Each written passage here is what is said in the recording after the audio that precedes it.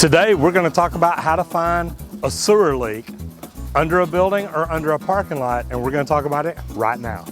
I'm Roger Wakefield, lead AP, the expert plumber. I've been plumbing over 38 years, and I have every master endorsement in the state of Texas. On this channel, I'm teaching you everything you need to know about plumbing. If you haven't been here before, please subscribe so you don't miss anything. So guys, in this video, I'm going to use my camera and my locator to find out exactly where the sewer line is out here. As you see, we're standing outside in sleet or hail, whichever it is. But that's not a problem because we've got to find this out. We've got our camera covered. Our keyboard here has a cover over it, so we're okay. So what we're going to do, we're going to run a camera down through the sewer, locate these breaks. Now, what the customer has had, they've had a problem on the weekends when they're their busiest of the sewer line stopping up and overflowing the toilets. We've got an asphalt parking lot here, so that could be a problem. As vehicles pull on this over the years, it slowly pushes the asphalt down and can move the sewer line around. We know where the city tap is, we know where the city main is.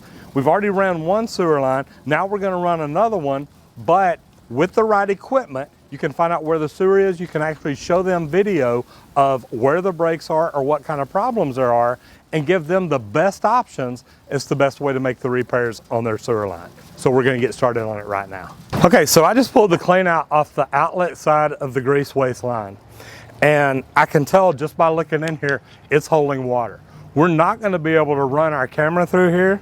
What we'll have to do is we'll either have to come back and hydrojet this line or run a snake kit through it. The problem is they had this line hydrojetted last week.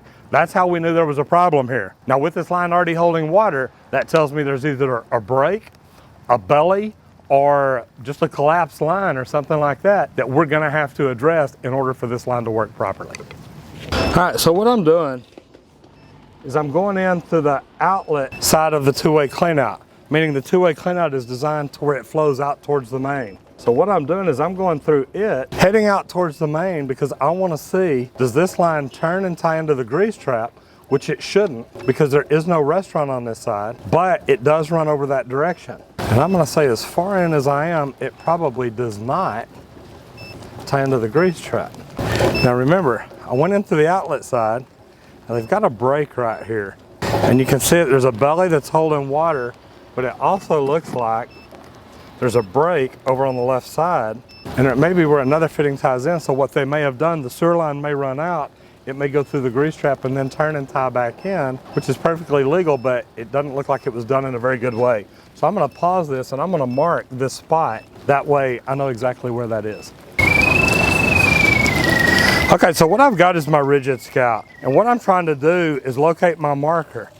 And what it is, the head of the camera actually has markers that it puts out a little bit in front and a little bit behind the camera. So when I find them, I mark them and put a marker down. The reason that I do that is to find out exactly where my camera is. Like I said, I put in a break at the other end right here.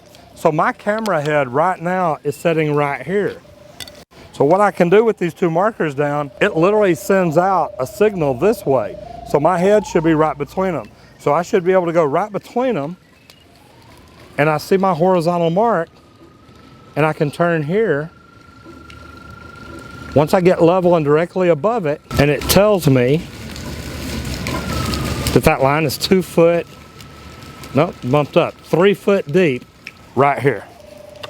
So I can leave a mark, yellow marks the spot, and I know that at that point I'm 3 feet deep, and that line, if you look at it, actually comes straight out from where those cleanouts are. Now I can keep going and see if it ties into the other line or if it turns and has its own tap.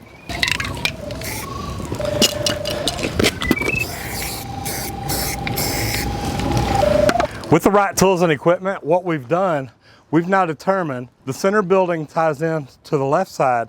They come out right here. What we didn't realize is that the other building actually comes all the way across the parking lot and ties in here where they all three come in on one tap. So we know that they have sewer issues. We know that they've got a leak under the slab. And having a sewer leak under the slab is not a good thing because that's going to lead to parking lot problems or foundation problems if they're actually inside under the building. We've already laid out the parking lot now. We know where the drain lines are. We can show them the video and the issues, and then we can give them 2 or 3 different options to see what is best for them and the investment that they want to make in their business. So guys, you see how easy it is. With the right camera and the right equipment, you can locate any sewer line, you can know how deep it is, and also if you video it, you can show your customers exactly where their problem is. Now, one thing I recommend is before you start videoing, make sure that you take your sewer camera and show people what's around. That way when you go in, it's one smooth flow. I know plumbers out there that have videos on flash drive of roots and broken sewers, and they use that to sell people jobs. Those kind of plumbers, man, there's a special spot for them when they die, and I'm not gonna say where it is. But I'll tell you what, at least take care of your customers. Show them your video in the proper area and you're doing the right thing. And like I said, with the right equipment, it's really easy to do. I'll see you on the next video if you don't get flushed.